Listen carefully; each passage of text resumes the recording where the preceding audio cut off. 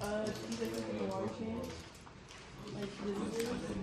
Yeah, it's a little. You can see like bubbles on the lid a little bit. Hey guys. Hi, Ryan. I'm really excited to hear what you've learned about it in terms of like the lead concentration.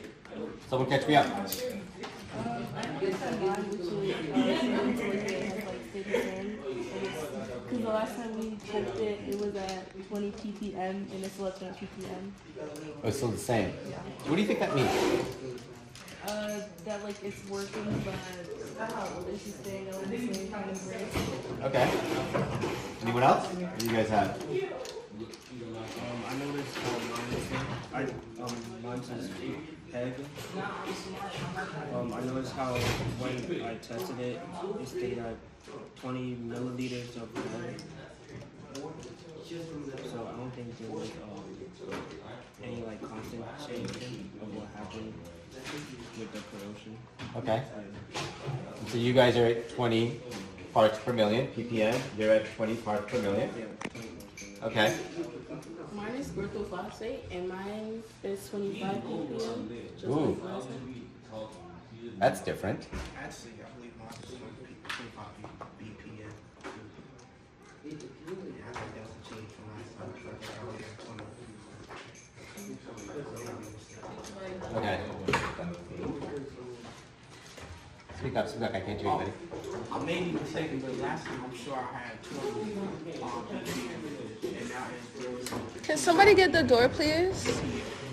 Okay, so let's look at your specific data. Can you point to me what you had last time? Please? Okay. And then over there. Okay. Great. So we have our initial hypothesis. What was your initial thinking? Which corrosive inhibitor would be the best? Orthophosphate. And so what are we finding now? It's wrong. Our hypothesis is wrong. Okay, instead of saying we're wrong, what scientists like to say is our hypothesis is not supported by the data. Yeah. Okay, so the data, what does your data support? orthophosphate is not the only corrosive inhibitor that's good for the job. Okay, is there a better corrosive inhibitor that you found? It seems like EPG and there's a like the best at all of them. What makes you say that? This is the one with the lowest levels. How do you know that? Because our data. Yeah, your data says that it's 20, right? Yeah. And so we've got two that are sort of tied. Now let me ask sort of a real world question here. If you're a city official and you have to choose between those two corrosive inhibitors, what factor would you consider in choosing the corrosive inhibitor?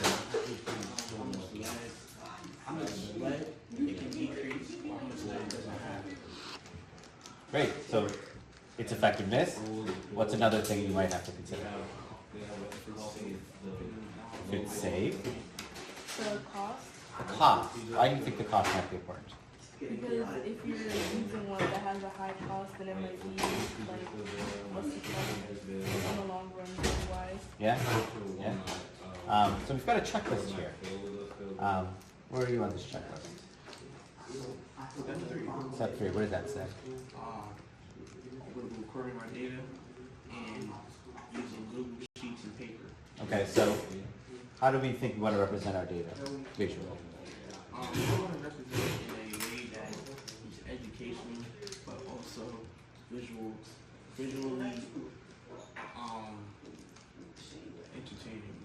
Okay, so something that's like easy to read, right? And it's like visual. Have you considered the type of graph you want to use? We're using bar graph. I think that's a fantastic way to represent it.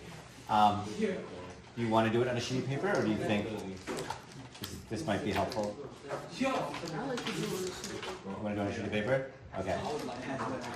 You want this also? How do you want to do this? You want to try Google Sheets? Okay. Let me give you the directions for Google Sheets. I want you to try it first, and then we'll come back to you, okay?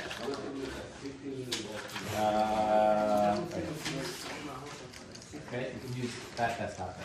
Okay?